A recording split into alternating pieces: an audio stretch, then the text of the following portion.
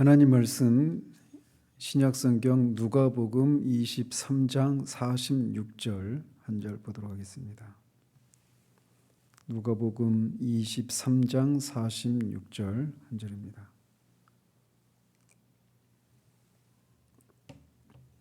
같이 읽겠습니다. 예수께서 큰 소리로 불러 이르시되 아버지 내 영혼을 아버지 손에 부탁하나이다 하고 이 말씀을 하신 후 숨지시니라. 아멘.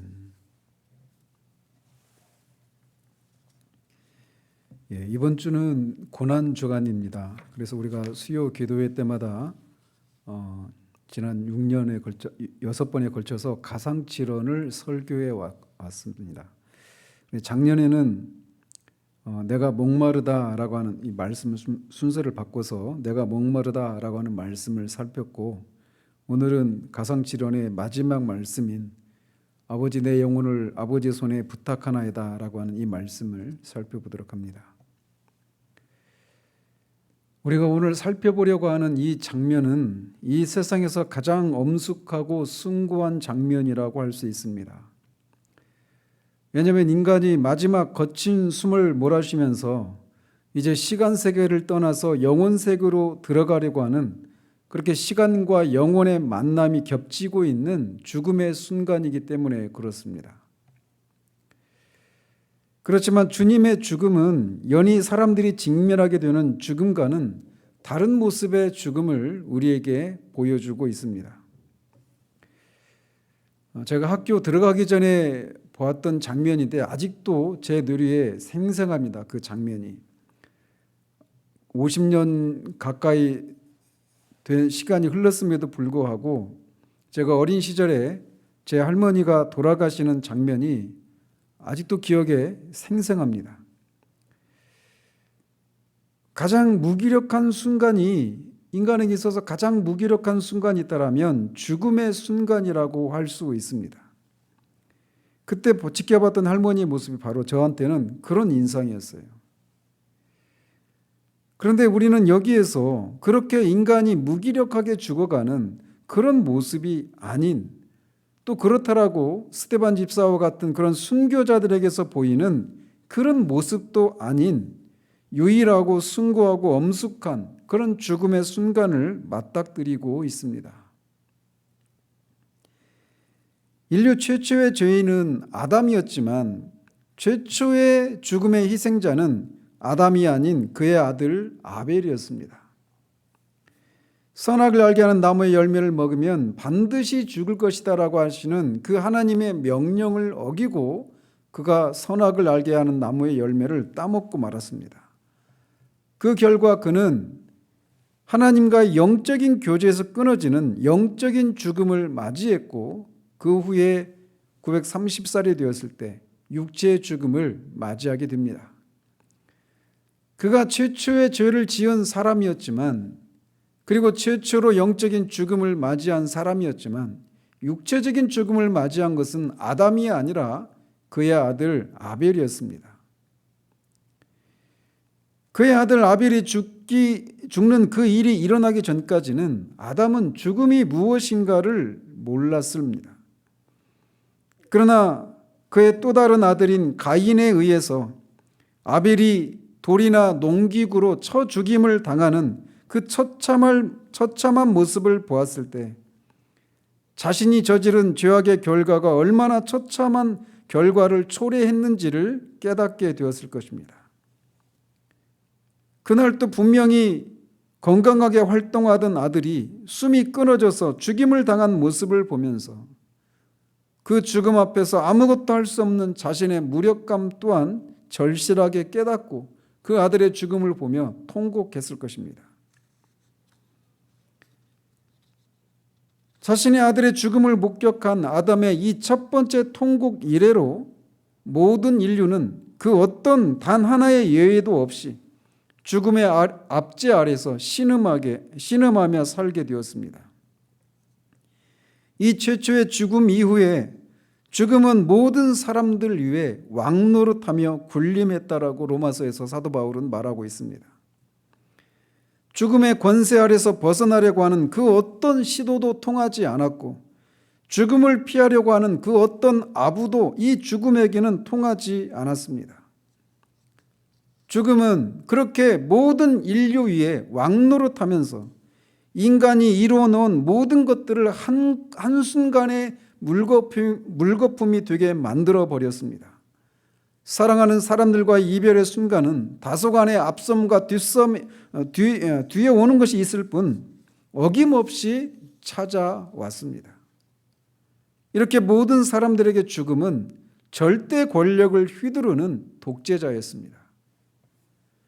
세상에 수많은 영걸이 나와서 죽음을 이겨보려고 하는 모든 시도들을 취했지만 거기에 성공하는 사람들은 아무도 없었고 또 앞으로도 없을 것입니다. 그 결과 모든 사람은 죽기를 무서워함으로 한평생 매여 종노릇하게 되었다라고 히브리서 기자는 말하고 있습니다. 이 죽음의 지배에서 벗어날 수 있는 사람은 단 하나도 없습니다. 하나님의 마음에 합했던 다윗도 마지막 순간에 자신이 다른 모든 사람들이 가는 길을 가노라고 말을 했습니다. 이 죽음을 피할 수 있는 사람은 아무도 없었습니다.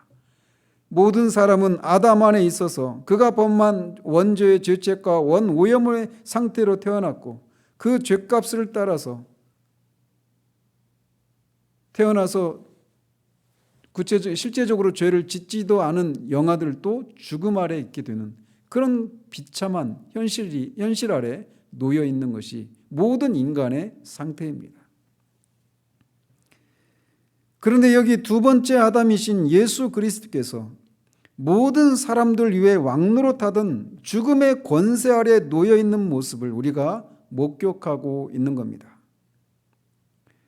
그런데 이 죽음의 권세 아래 지금 놓여 있는 예수님의 이 모습, 그 죽음의 권세가 이제 주님을 삼키려고 하는 그 앞에 모든 사람들이 보였던 그런 모습과는 완전히 다른, 완전히 구별되는 독특한 그런 장면을 우리가 목격하고 있는 겁니다. 주님은 십자가의 고난을 받으시면서 육신의 힘이 완전히 소진된 가운데 있었는데 그런 상태 가운데 큰 소리로 불러서 하나님께 이렇게 기도하셨다라고 말씀하고 있습니다. 그가 아직 육체의 힘이 남아 있었기 때문에 이렇게 큰 소리로 외친 것이 아닙니다. 그는 완전히 육체의 힘을 다 소진했습니다. 그는 이 일곱 번째 말씀을 하시기 전에 그 앞에서 다 이루었다라고 하시는 위대하고 승리에 찬 외침을 발하신 후에 이제 마지막으로 육체의 힘이 다 소진되어서 난 이제 기운이 다 빠졌다. 나는 이제 죽음에 지고 말았다. 그래서 다른 사람이 가는 길을 가게 되었다라고 하시지 않고 있는 겁니다. 모든 사람들이 다 이렇게 죽음 앞에서 이렇게 기운이 다 하고 죽음에 지고 마는 그런 모습으로 죽었는데 주님은 그런 모습을 보이지 않으시고 계신 거예요. 그는 오히려 그 상황 가운데서 큰 소리로 내 아버지여 내 영혼을 부탁하나이다 라고 외치고 계십니다. 사람이 죽을 때는 이 들이쉬는 숨을 들숨이라고 하잖아요. 들쉼과 내쉬는 쉼, 이게 호흡을 주고 내쉬고 들이쉬고 이렇게 하는 과정을 통해 호흡을 하게 되는데 사람이 죽을 때는 들이키기만 한다라는 거예요. 그러니까 자꾸 계속 이렇게 숨이 계속 막혀서 그런 순간에 무언가 말을 하려고 했는데 말을 하려고 해도 말을 하기가 쉽지가 않은 상황입니다. 그런데 주님은 지금 바로 그 순간에 이렇게 모든 사람들이 들쉼만 들이키면서 제대로 말조차 하지 못하는 그런 상황 가운데서 이렇게 외치고 있는 것이 아니라 큰 소리로 외치고 계시다라는 거예요. 외친다는 얘기는 호흡을 밖으로 내쉬는 걸 말합니다. 들이킬 때는 말하는 게 큰 소리가 나올 수가 없습니다. 그리고 정확한 소리가 나올 수도 없죠. 그런데 이 마지막 순간에 주님이 숨을 밖으로 내쉬면서 큰 소리로 외치고 있다라고 하는 이런 장면에서도 연히 사람들과 다른 죽음의 모습을, 죽음을 직면하고 있는 모습을 우리에게 보여주고 있는 거예요. 즉 이런 모습은 죽음이 주님을 지배하고 있는 모습이 아니라고 하는 것을 여기에서 볼 수 있는 겁니다. 주님은 죽음을 지배하시고 계시면서 지배하시고 계시는 그런 분이심을 여기서도 보여주고 있는 거예요. 다만 죽음에게 잠시 그 지배권을 자신을 그 죽음이 자신을 지배하도록 잠시 내어줄 따름이라는 것이죠. 그는 억지로 마지못해서 죽을 수밖에 없기 때문에 슬퍼하면서 이 말씀을 하고 계신 것이 아닙니다. 뒤에서 살펴보겠지만 그는 죽음의 순간에 오히려 죽음을 지배하는 분으로서 자원해서 자신의 영혼을 죽음에 내어주고 계시기에 이렇게 큰 소리로 자신의 영혼을 하나님께 부탁한다고 외치시고 계신 것입니다. 이 말씀을 마치시고 모든 수고를 마친 사람처럼 머리를 숙이고 영혼이 떠나가셨다라고 복음서 기자들은 전하고 있습니다.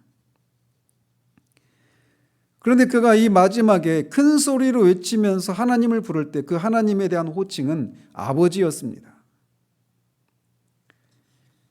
그가 십자가에 달리셨을 때 처음으로 말씀하신 것이 아버지여 저들의 죄를 용서해 주시옵소서라고 하는 그런 간구였습니다. 아버지로 시작했다가 이 마지막 순간에도 마지막 호칭도 역시 아버지로 마치고 있는 것을 봅니다. 그러나 우리가 알다시피 그는 한때 이 십자가에 달려 계시는 동안에 하나님을 아버지라고 부르지 못하고 나의 하나님이라고 불렀던 그런 시간도 있었습니다. 나의 하나님 어찌하여 나를 버리셨나이까 라고 그렇게 3시간의 흑암이 지나가는 그 끝무렵에 이렇게 외치셨던 것입니다. 그 3시간의 흑암 속에서 세상 죄를 지시고 하나님의 진노를 받고 계시는 동안에, 그래서 하나님으로부터 버림을 받고 있는 그 시간에 그는 철저히 하나님 아버지로부터 버림을 받고 계셨습니다.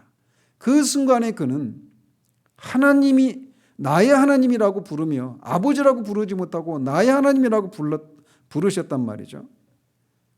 그러나 이제 그 진노의 잔을 다 마신 후에 다 이루었다라고 하는 승리의 외침을 바라셨습니다. 그리고 이 다 이루었다라고 하는 이 외침은 하나님을 향한 외침이 아니라 세상을 향한 외침입니다.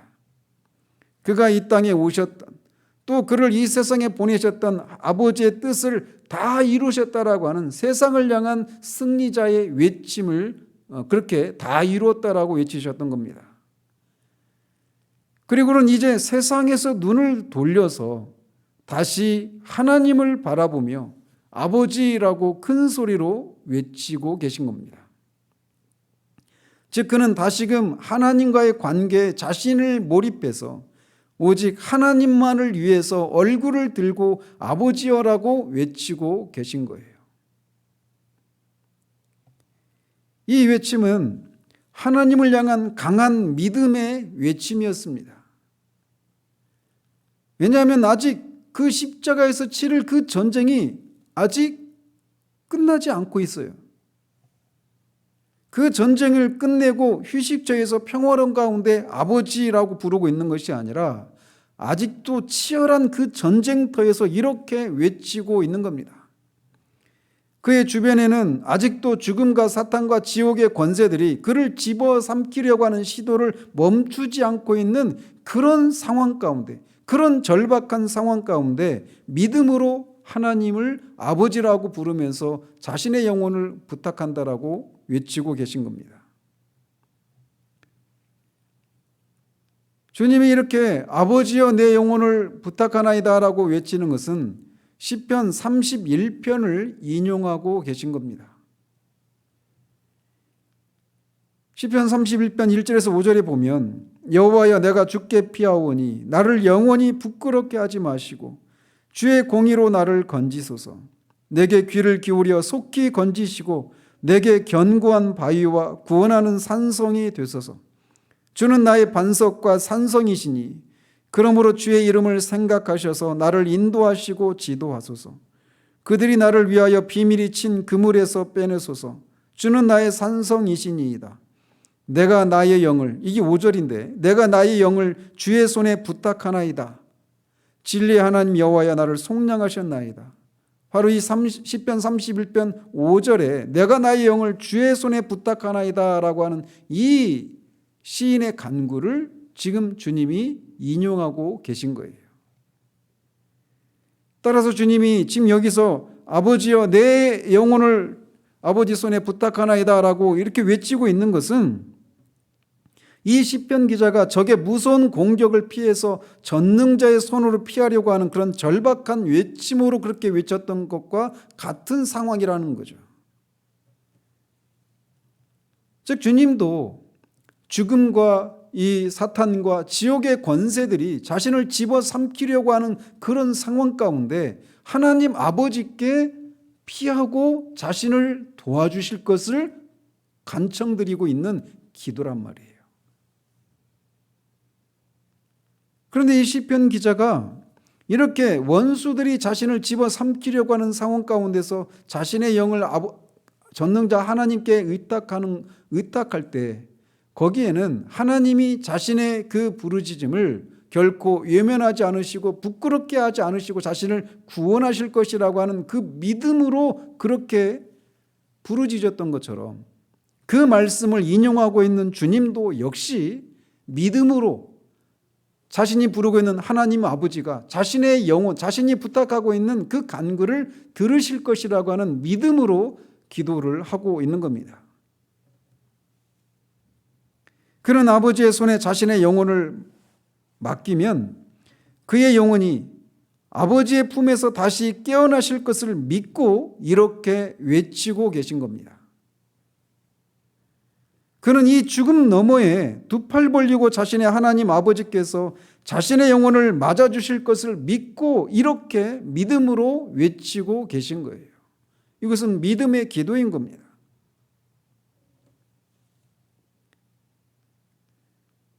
주님이 그리고 또 이 말씀드린 것처럼 이것이 말씀을 인용하고 있는 이것을 또 기억할 필요가 있습니다. 주님의 삶 전체는 다 성경을 응하게 하려 하사라고 하는 그런 삶이었습니다. 늘 말씀을 살아가는 삶이었고 말씀 그 자체이셨습니다. 진리의 말씀이 그분의 머리끝부터 발끝까지 가득 차 있었고 그분의 생애는 그 말씀에 의해 지배받고 있었고 그 말씀을 살아내는 삶이었어요. 그리고 이 마지막 순간에도 그의 입에서 나온 것은 말씀이었습니다. 또 말씀드린 것처럼 이 마지막 외침은 기도였습니다. 그런 말씀이셨고 말씀을 응하게 하려고 하는 그런 순종의 삶이었던 것처럼 그의 삶도 기도하는 삶이었습니다. 이 마지막 순간에 지옥의 권세가 죽음과 사탄의 권세가 그를 집어삼키려고 하는 그 마지막 순간에 그리고 아버지로부터 버림을 받아서 그렇게 버려져 있는 그 상황, 그 극한 상황 가운데 그의 입에서 아버지여라고 하는 기도의 서문이 흘러나오고 있단 말이죠.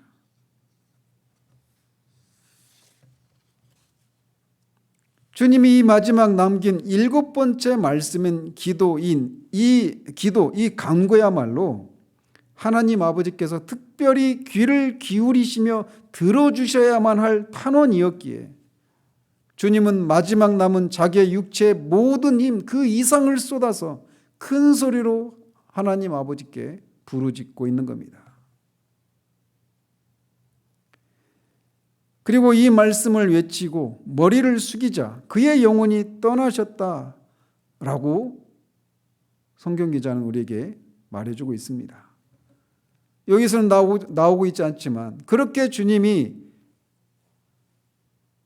몸을 떠나서 죽으셨을 때 주님은 어디에 가셨을까요? 그가 바라시는 대로 아버지 하나님 품에 들어가셨을까요? 또는 한편 강도에게 말씀하신 것처럼 낙원에 들어가셨을까요?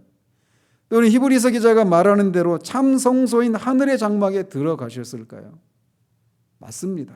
주님은 거기에 가셨습니다. 그런데 성경은 아직도 교회가 합의에 이르지 못한 어떤 곳에 가셨다라고 말하고 있습니다. 베드로전서 3장 19절 20절에 보면 이렇게 베드로 사도는 말하고 있어요. 그가 또한 영으로 가서 옥에 있는 영들에게 선포하시니라. 그들은 전에 노아의 날 방주를 준비할 동안 하나님이 오래 참고 기다리실 때에 복종하지 아니하던 자들이라. 주님이 영으로 옥에 가셨다라고 말하고 있어요. 그리고 그 옥에 있는 영들에게 선포하셨는데 그 옥에 있는 사람들이 누구냐? 노아의 날 방주를 준비할 동안 하나님이 오래 참고 기다리실 때 복종하지 않았던, 하나님을 대적했던 그런 사람들이라고 말하고 있어요. 따라서 그들이 가 있는 곳은 지옥이죠. 그런데 주님이 바로 그 지옥에 가셨다라고 베드로가 말하고 있어요.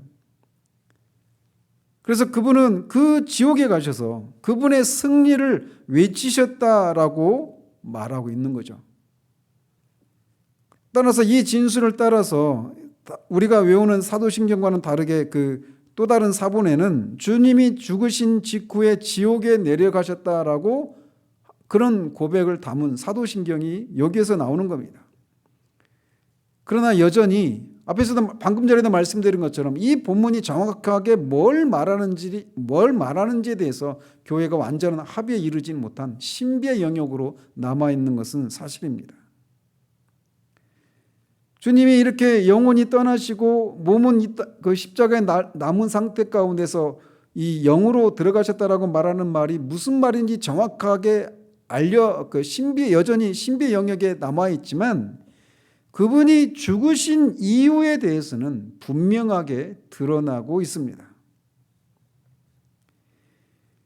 그분은 나사로가 죽었을 때 자신을 부활이요 생명이라고 하셨습니다.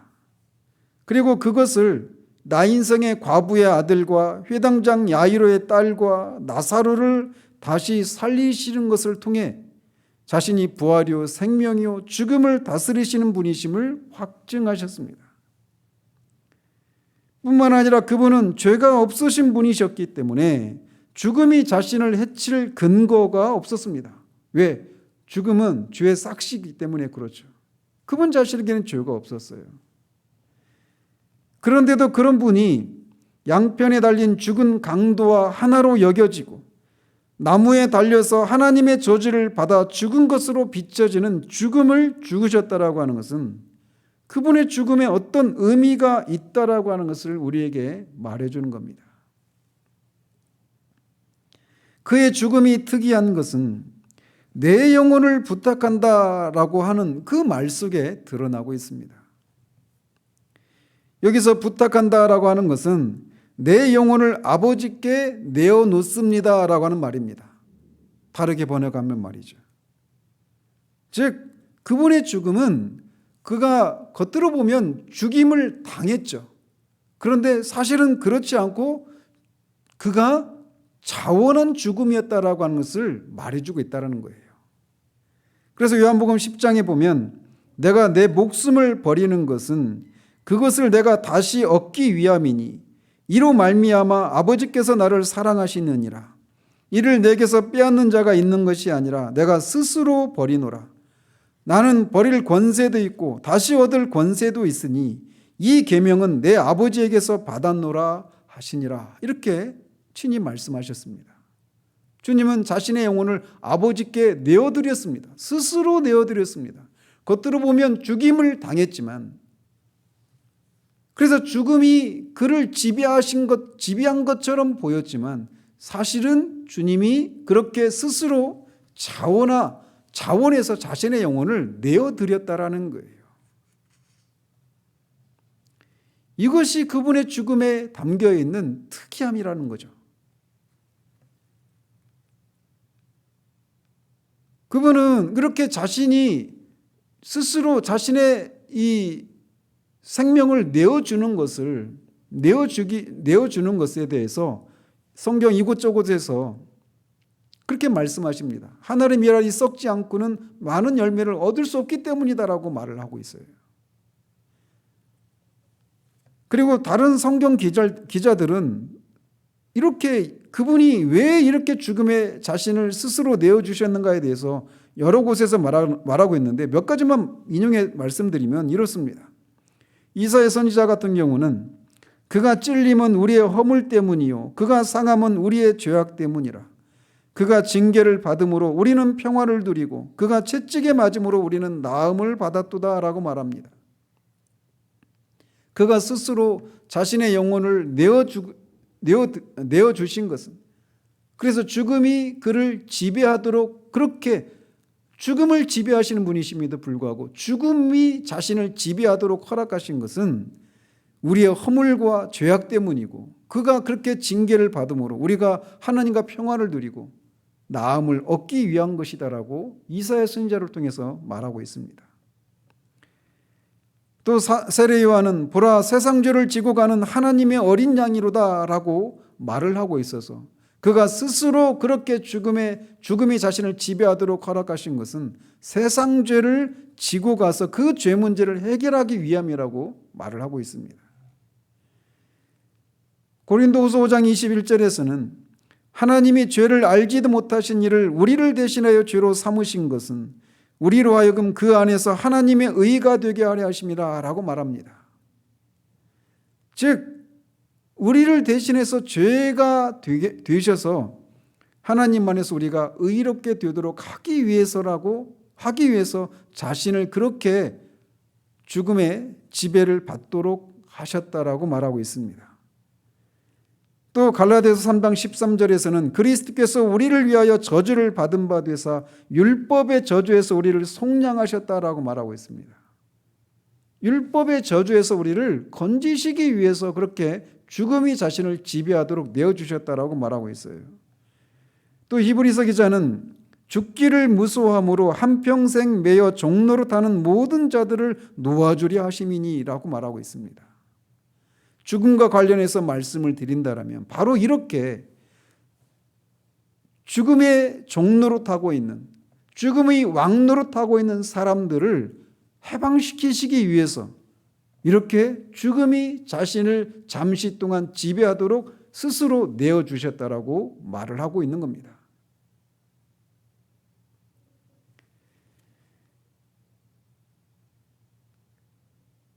그 결과 그리고 특별히 우리가 주목할 것은 주님이 내 영혼을 아버지 손에 부탁한다라고 말하고 있는 거예요. 내 영혼. 주님은 마지막 순간에 자신의 영혼을 하나님 아버지께 부탁한다라고 자신의 영혼을 하나님께 내어놓는다라고 말씀하고 있습니다. 이 말씀은 우리 인생의 마지막 순간에 무엇이 남는가라고 하는 것을 우리에게 보여줍니다. 우리는 이 땅을 살아가면서 이런저런 모양으로 다양하고 또 치열한 삶을 살아가지만 결국에 마지막에 남는 것은 우리의 영혼이라는 거예요. 우리가 이 땅에서 어떤 것을 이루고 어떤 것을 소유한다 할지라도 마지막에 남는 것은 영혼이라는 겁니다. 그 영혼이 하나님 앞에 서게 되어 있다라고 하는 것을 여기서 우리 주님이 말씀해 주고 있는 거예요. 영혼만이 하나님 앞에 돌아간다라는 거죠. 그러므로 마지막 순간에 주님이 내 영혼을 아버지 손에 부탁합니다라고 말씀하고 있는 이 말씀 앞에서 우리는 한 번밖에 없는 인생을 무엇을 위해서 살아가야 하는지를 진지하게 숙고하도록 만드는 겁니다. 우리의 영혼을 위해서 살아가야 되는 거예요.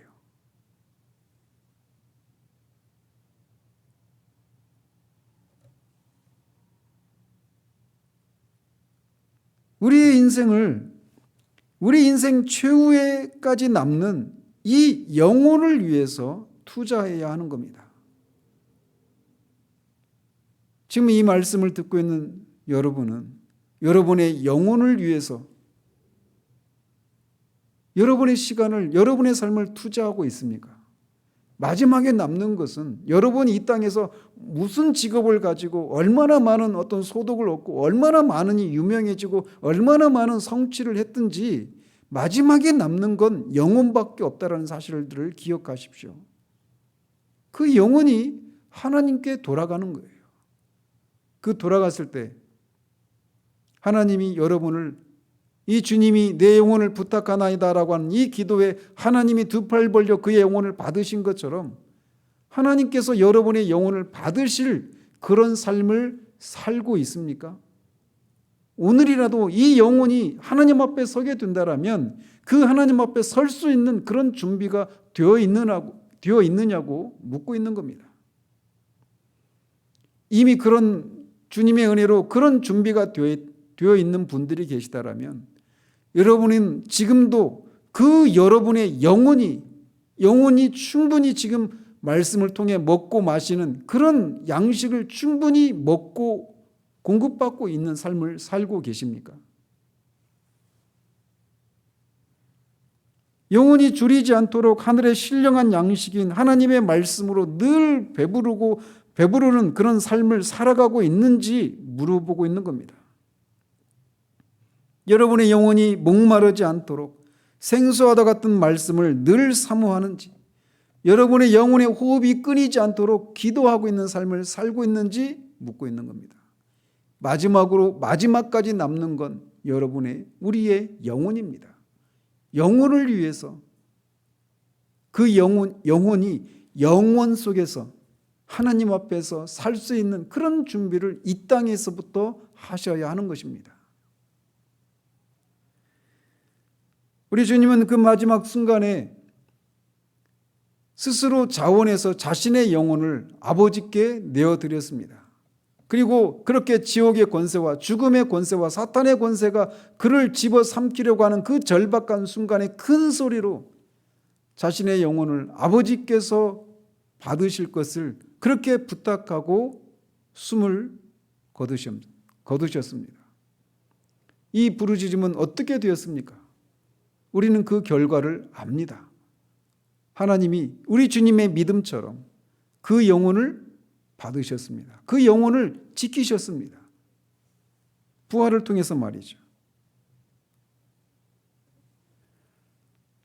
주님은 이 마지막 순간에 죽음의 이 권세가 이제 자신을 집어삼키려고 하는 그 순간에 이렇게 아버지께 자신의 영혼을 내어 맡기는 것을 통해 주님이 그를 죽음의 권세 아래 잠시 동안 머물게 하셨지만 결국은 그 죽음의 권세마저 깨뜨리시고 이기시고 부활하셔서 일생 동안 죽음의 공포에 사로잡히며 그 죽음의 독재자의 압제 아래 신음하고 있는 그 사람들을 해방시키시는 그 승리를 거두신 것입니다. 그러므로 우리는 이렇게 주님이 한 번도 죽음을 이겨본 사람이 없었던 그 인류를 대표해서 두 번째 아담이 되셔서 죽음의 지배 아래 들어가서 거기서 결국은 죽음의 권세를 물리치시고 다시 부활하시는 것을 통해 죽음의 권세를 이기신 그 일을 통해서 이제 주님을 믿는 자들에게 죽음을 이길 수 있는 권세가 우리에게도 있다라는 사실들을 말해주고 있는 겁니다. 우리가 눈을 뜰 때마다 내가 살아있구나. 내가 오늘 눈을 감았는데 내일 아침에 내가 일어나지 못하면 어떻게 될까라고 하는 그런 죽음에 대한 공포. 주님을 이렇게 죽음의 권세를 이기신 이 주님을 우리가 온전히 신뢰하지 못하고 그 주님 안에 우리가 있지 못하면 우리는 죽을 때까지 죽음의 공포에 사로잡혀서 그렇게 살아가게 될 거예요. 늘 죽을 것에 대한 두려움. 그러나 주님이 그 죽음의 권세를 이기셨습니다. 그러므로 우리가 죽음에 직면할 때 꼭 나이가 들어서만이 아니죠. 우리가 어떤 방식으로 죽음을 맞이할지 아무도 모릅니다. 오늘일지 내일일지 아무도 몰라요. 젊은 사람이라고 해서 늦게 죽고 나이가 든 사람이라고 해서 더 빨리 죽고 이런 거 없습니다. 올 때는 순서가 있지만 갈 때는 순서가 없습니다. 어떤 방식으로 우리가 죽음을 직면하게 될지 몰라요. 그러나 그 순간에 우리가 기억해야 될 것은 주님이 이렇게 부활이요 생명이신 주님이 스스로 자신의 영혼을 내어주는 것을 통해 죽음이 자신을 지배하게 하고 그리고 잠시 동안 죽음의 권세 아래 있다. 그 죽음의 권세를 부활을 통해 깨뜨리시고 승리하심을 통해서 이제 죽음이 우리 위에서 왕노릇하지 못하게 되는 일이 일어나게 하셨던 겁니다. 그러므로 우리가 죽음을 생각할 때 이 죽음의 권세를 이기신 주님의 이 일들을 기억하지 못하고 죽음 앞에서 우리가 늘 두려워하고 죽음에 맞서지 못하는 그런 삶을 살아서는 안 되는 겁니다. 우리는 그 마지막 순간에 우리 주님처럼 아버지여 내 영혼을 부탁하나이다라고 하는 그 말씀으로 하나님 앞에 그 하나님을 의지하고 죽음을 맞이할 수 있어야 할 것입니다. 죽음 후에 주님이 다시 살아나신 것처럼 우리는 육체의 죽음이라고 하는 것을 통과한 후에 우리 영혼이 아버지 손에 안전한 채로 있는 그것을 발견하게 될 것입니다. 그러므로 이 마지막 주님의 말씀, 이 마지막 순간에도 말씀을 인용해서 기도하시고 믿음으로 자신의 영혼을 아버지께 자신의 영혼을 내어 맡기는 그 주님의 그 기도가 응답이 되므로 이제 주님 안에 있는 우리들도 동일하게 죽음 앞에서 그렇게 주님이 하신 일들의 그 약속을 우리가 붙들고 죽음의 권세를 이기고 죽음의 권세에 종노릇하고 있는 그런 모습이 아닌 죽음을 향해서 사망아 너의 이기는 것이 어디 있느냐, 무덤아 너의 쏘는 것이 어디 있느냐고 외치며 우리가 살 수 있는 그런 사람들이 되기를 우리 주님의 이름으로 축원드립니다. 기도하겠습니다. 하나님 아버지, 우리가 죽음이라고 하는 것 앞에서 얼마나 쉽게 그 공포에 사로잡혀서 죽을 것 같은 그런 상황이 오면 우리의 모든 것이 멈춰버리고 정상적인 사고를 못하고 공포에 사로잡힌 채 그렇게 살아가는 경우들이 많은 것을 주님 앞에 고백을 드립니다. 주님을 믿는다고 하면서도 주님이 부활을 통해 죽음의 권세를 이기셨다라고 우리가 믿는다고 말을 하면서도 얼마나 자주 우리 몸에 조금이라도 이상이 있으면 우리가 쉽게 죽음의 공포에 우리가 시달리며 그렇게 살아가는 경우들이 얼마나 많이 있는지요. 그러나 이 마지막 말씀을 통해 주님이 그렇게 말씀을 인용하여 주님 앞에 절박하게 믿음의 기도를 하였을 때 주님이 그 기도를 들으시고 죽음의 권세를 이기시고 다시 살아나시게 하셨다라고 하는 이 변하지 않는 진리를 우리가 기억하고 죽음을 맞이할 때 어떤 방식으로 우리가 죽음을 맞이하든지 또 죽음에 대해서 우리가 생각할 때마다 밀려오는 그 공포와 두려움들을 당연하게 여기지 않고 맞설 수 있는 그런 우리들 될 수 있도록 주님 도와주시기를 원합니다. 마지막에 우리의 남는 것은 우리 영혼이라고 하는 사실들을 기억하고 내가 이 땅에서 뭘 먹고 어떤 직업을 가지고 얼마나 많은 그런 소득을 얻고 얼마나 안락한 삶을 살 것인가에 우리의 모든 것들을 쏟는 것이 아니라 우리 영혼을 위해서 그 영혼이 하나님 앞에 서게 될 것을 생각하며 그 영혼의 문제를 영혼과 관련된 이 문제들을 해결하는 일들에 우리의 마음과 에너지를 쏟는 우리들 될 수 있도록 도와주시기를 원합니다. 예수 그리스도 이름으로 기도합니다. 아멘.